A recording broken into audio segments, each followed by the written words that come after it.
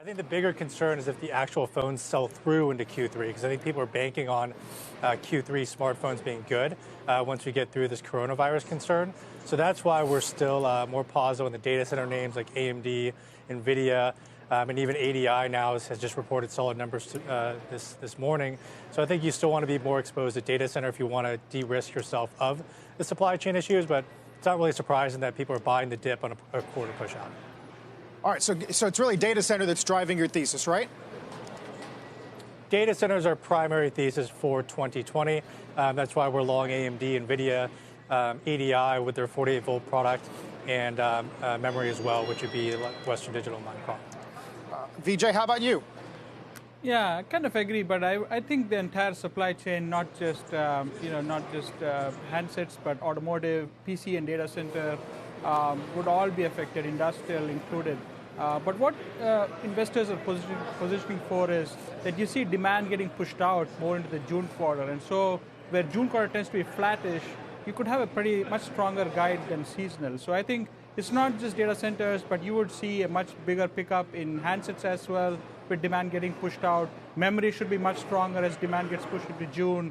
And so I think all those names. So I do agree, Micron, WD, NXPI, onsemi, all these automotive names, and even on the handset side, Qualcomm, Skyworks are all pushing well into the back half in front of a 5G cycle, and memory itself being pretty tight. And remember, even in autos, right? Autos, China, January auto sales are down 20% year on year. And February, we're going through almost a month of shutdown. So the comps will be even more disastrous. But that said, the entire thesis is that you see demand get pushed out, not destroyed. So it's more a deferred demand there. Mitch, we were already seeing a pause in smartphone demand in China ahead of 5G phones and networks being available. Qualcomm's talked about that for the last couple quarters. Now with the COVID-19 coronavirus issues, I wonder if the build out of 5G in China is going to be significantly slowed this year. They had planned to spread it to all the major city areas, and if that's going to have any impact on semi demand. Yeah, I think that's a good point. I think that's why we're more positive on actually the infrastructure build out. We're actually neutral on companies like Qualcomm. We're positive on companies like ADI that are exposed to the infrastructure build out. Because when you look at it, there's not really a lot you can do right now with 5G. If I gave you a 5G phone, I'm not really sure what you would see as a big difference besides maybe streaming games and some faster streaming video. So that's why you probably want to be more positioned heavily on the infrastructure side, because the infrastructure side is going to get built out regardless if the apps are ready on the smartphone device. And that's why we're more neutral on the smartphone side and much more positive on the infrastructure and data center side. Vijay, just go back to this idea that demand gets pushed out maybe to the middle of the year.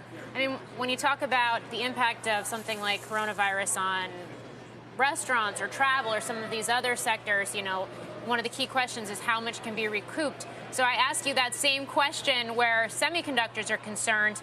You see these halts in production. If you see these delays, is it something that just gets pushed out and ultimately all does get recouped, or do you see some of that demand go away? Yeah, thanks. So I think when you look at restaurants or travel, that's more immediate term, and that's for immediate consumption.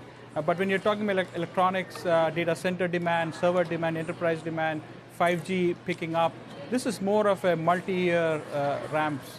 On the automotive side too, what you're seeing is more of a second half or even a multi-year ramp there, right? So I think the demand there is more sustainable. Enterprise will tend to come back.